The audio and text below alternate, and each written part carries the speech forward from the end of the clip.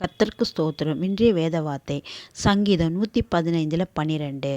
கர்த்தர் நம்மை நினைத்திருக்கிறார், அவர் நம்மை ஆசீர்வதிப்பார். கர்த்தர் நம்மளை நினைத்திருக்கிறாராம். அப்போது நம்மளை அவர் ஆசீர்வதிப்பான். நம்மளை யார் நினைக்கிறாங்களோ நினைக்கலையோ, நம்ம இவங்க நினைக்கலையே அவங்க நினைக்கலையே அப்படின்னு நம்ம கவலைப்படவே கூடாதான். யார் நம்ம நினைக்கிறா?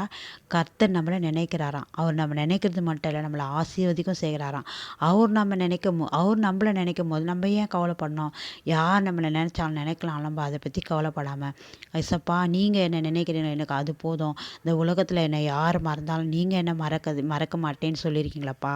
நீர் என்னை உள்ளங்கையில் வரைந்திருக்கிறீங்களே, அதுக்காக உமக்கு கோடான கோடி நன்றி அப்பா. நீங்கள் என்னை நினைக்கிறதுக்காக உமக்கு நன்றி ஏசப்பா. நீங்கள் என்னை ஆசீர்வதிக்க போதுமானவர் இருக்கிறப்பா. உலகத்தாரோன்னா என்னை ஆசீர்வதிக்காமல் போகலாம் ஆண்டவரே, ஆனால் நீ என்னை ஆசீர்வதிக்க போதுமான இருக்கிறப்பா என்று சொல்லி அவர் கரத்தில் நம்ம வாழ்க்கையை ஒப்பு கொடுக்கும்போது நம்மளுடைய எல்லா காரியங்களும் அவர் செய்ய போதுமானவராக இருக்கார். ஆமேன்.